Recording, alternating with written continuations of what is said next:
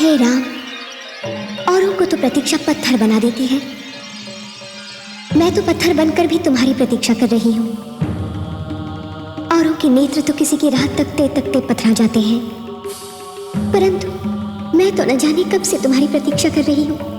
अब तो आ जाओ हे राम, मुझ दुखियारी अबला के दुख का अंत कर दो।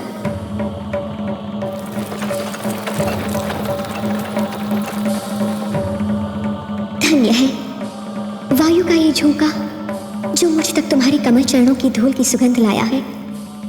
तुम आ रहे हो, तुम अवश्य आ रहे हो।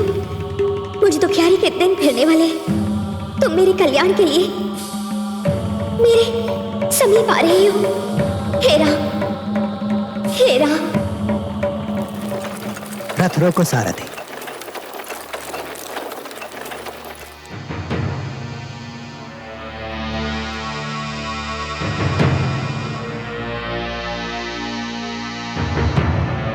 आज हम यहीं विश्राम करेंगे।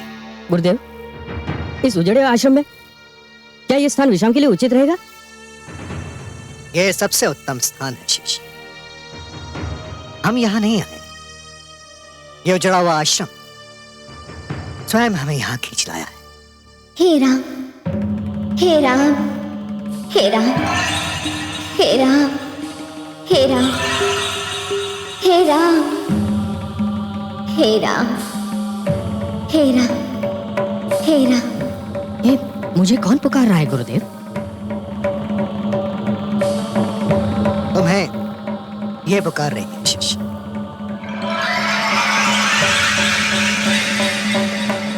और न जाने कब से पुकारे। किंतु ये तो पाषाण की प्रतिमा है गुरुदेव। हाँ है। इस प्रतिमा को अपने चरण से स्पर्श कर दो शिष्य। जी? इस पत्थर की मूर्ति को अपने चरणों से छू। गुरुदेव, गुरु के आदेश पर प्रश्न चिन्ह लगाना ना तो शिष्य को शोभा देता है और ना ही उसका अधिकार है। किंतु हे गुरुदेव, नारी पत्थर की भी हो तब भी आदर सम्मान के योग्य होती है। उसे चरणों से छूना महापाप है। मुझे नारी के इस अनादर का साहस नहीं हो रहा है गुरुदेव। नारी के प्रति तुम्हारी पवित्र भावना जानकर मैं गदगद हो गया शिष्य। मुझे ऐसे शिष्य पर गर्व है। मैं स्वयं किसी को नारी का अनादर करने की अनुमति नहीं दे सकता, परंतु ये एक विचित्र विडंबना है कि इस नारी का कल्याण इसी में निहित है। इसे अपने पैरों से छूकर तुम इसका अनादर नहीं, इसका उद्धार करोगे पुत्र। कौन है ये देवी? ये दुखियारी अबला ऋषि गौतम की पत्नी अहिल्या है। मेरा अपराध होकर भी न जाने कब से पत्थर बन जाने का दंड भोग रही है।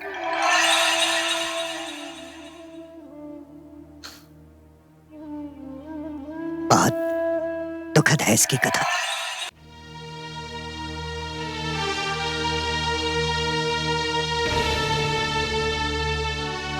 अब जब तक तुम इसे अपने चरणों से स्पर्श नहीं करोगे, ये यूं ही पाषाण की मूर्ति बनी रहेगी। इसके कल्याण के लिए तुम्हें मेरे आदेश का पालन करना होगा शिष्य। जो आज्ञा।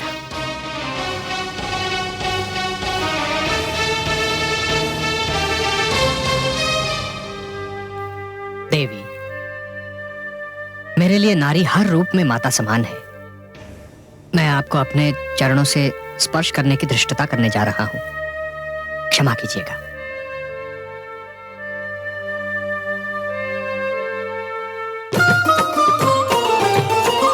अचरज भयो जगत में भारी, शाप मुक्त भई अबला नारी।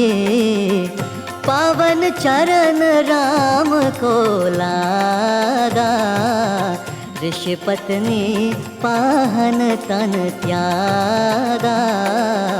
ऋषि पत्नी पाहन तन त्यागा।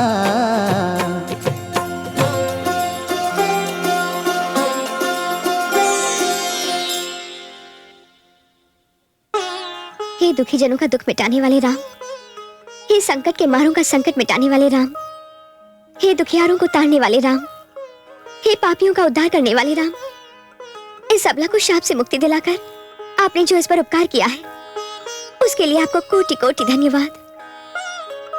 नहीं देवी, आपके साथ घोर अन्याय हुआ था।